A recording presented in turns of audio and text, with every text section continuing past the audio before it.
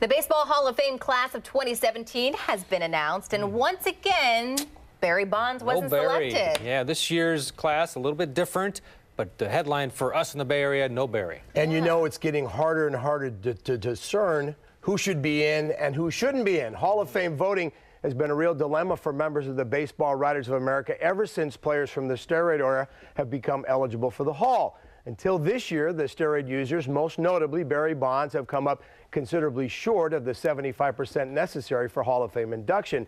That all changed today. Meet the class of 2017. In his 10th and final year of eligibility, Tim Raines received 86% of the votes. Raines, who played most of his career with the Montreal Expos, was a 7-time All-Star, 1986 batting champion, and is 5th on the all-time stolen bases list.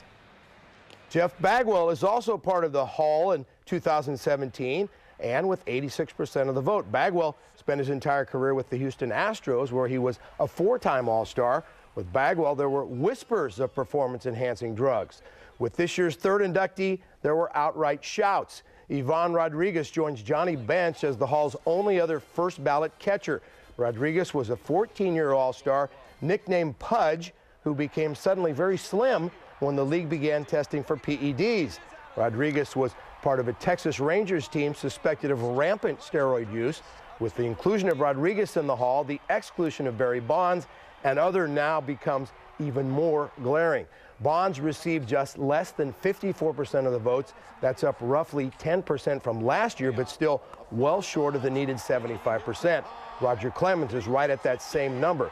The question to all baseball fans now is, how can one of the fellow faces of the steroid era, Rodriguez, be included in the Hall when baseball's all-time home run leader is not? It's making the Hall of Fame process a mockery. Strong words. Well, and I don't know how you can look at it any other way. I can see why up until now, for the voters, it was very difficult to judge what would this person's numbers have been if they had not been part of the PED era. Right. And with Bonds, I think you could honestly say he was a Hall of Famer before steroids, just on the basis of what he was able to do on the field. But I can understand why a Hall of Fame voter, because there was that clause in there about integrity of baseball, would say, everybody out. But now when they let a known steroid user in, how can you justify Bonds not? What about reputations? Pudge Rodriguez was a nice guy. Everybody loved him. Barry Bonds, not so much. Hard to get along with. He didn't like the press. Did that factor in, do you think? Undoubtedly. And there's the great example is Ted Williams, who should have been a first ballot Hall of Famer, and he had a really icy mood or icy relationship with the media, and he was not a first ballot Hall of Famer, and I'm sure that's part of it. But if Pudge Rodriguez is in, there is no longer an excuse for Bonds, McGuire, Sosa, you can go on down the list, the same people who were part of that era who had numbers that would be Hall of Fame numbers. Because it was so rampant. All right, let's